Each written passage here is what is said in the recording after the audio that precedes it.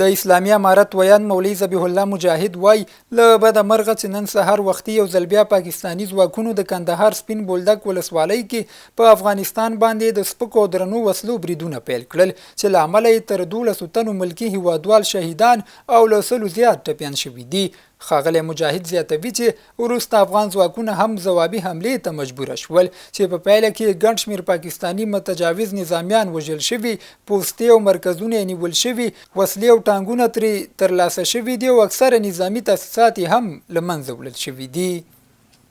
د ننګرهار مرستیال والي مولوي عزیز الله مصطفی د ولایتي پرمختیایي غونډې پر مهال له کورنیو او بهرنیو مرستندویو ادارو څخه غوښتنه وکړه ترڅو له پاکستان څخه د بیرته راستنېدنې بهیر او راستنو شویو کورنیو ته د سرپناه او بېلابېلو خدماتو وړاندې کولو کې همکاري وکړي. نوموړي وویل چې راستنو شویو او راستنېدونکو کورنیو ته د دې ولایت په بېلابېلو ساحو کې ښارګوټي جوړیږي او اړتیا ده چې دوی ته د پاکو اوبو، روغتیا او د ژوند نورې اسانتیاوې رامنځته شي.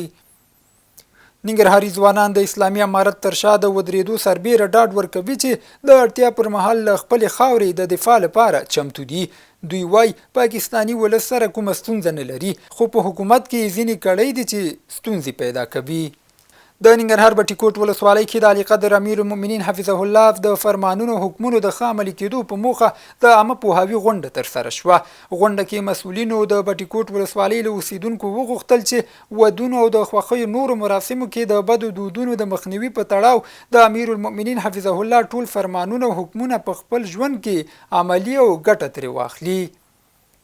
او ننګرهار زندانونو چارو سمون ریاست کې د ولی مولوي صاحب تر سرلیک لاندې د والیبال سیالۍ پیل شوې. مسؤلین وای په دغه سیالیو کې د ننګرهار په شمول د 6 ولایتونو 15 لوبډلې برخه لري او 1 میاشت به دوام وکړي.